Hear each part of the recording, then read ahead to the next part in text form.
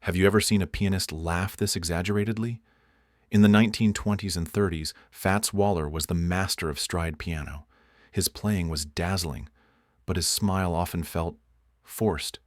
Why did he always have to wear that ear-to-ear grin?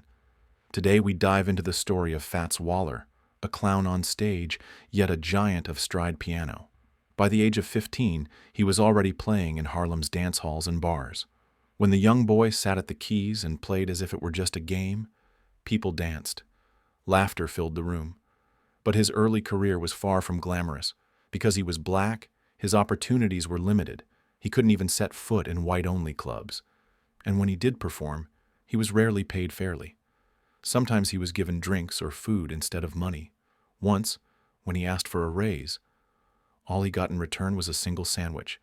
He was often consumed as entertainment, but never properly rewarded. In those days, black musicians had no real protection for their copyrights. Even if they wrote a hit, the royalties took too long to arrive. What they needed was cash in hand, and quickly. That's how he ended up selling songs for a fraction of their worth. For example, I Can't Give You Anything But Love, Baby. Many believe Waller was the true composer, but officially, the credit went to the white producer Jimmy McHugh. Waller sold it away for just $500.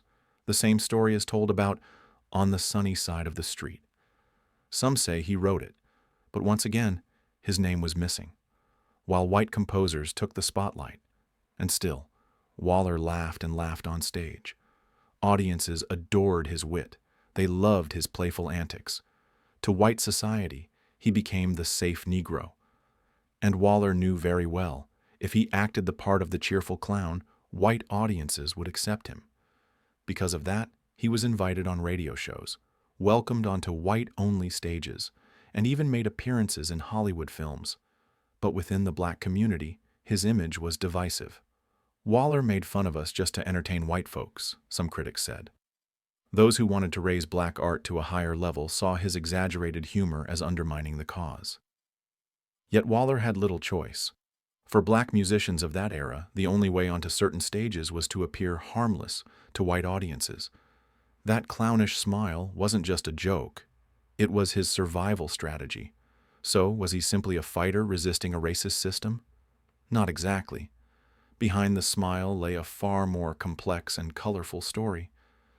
He was once kidnapped by gangsters and forced to play piano. He famously turned down an invitation to Carnegie Hall. And yes, he created hits almost by accident like Ain't Misbehavin'. All of this and more we'll uncover in the next episode. If you enjoyed this video, don't forget to like, subscribe, and turn on notifications.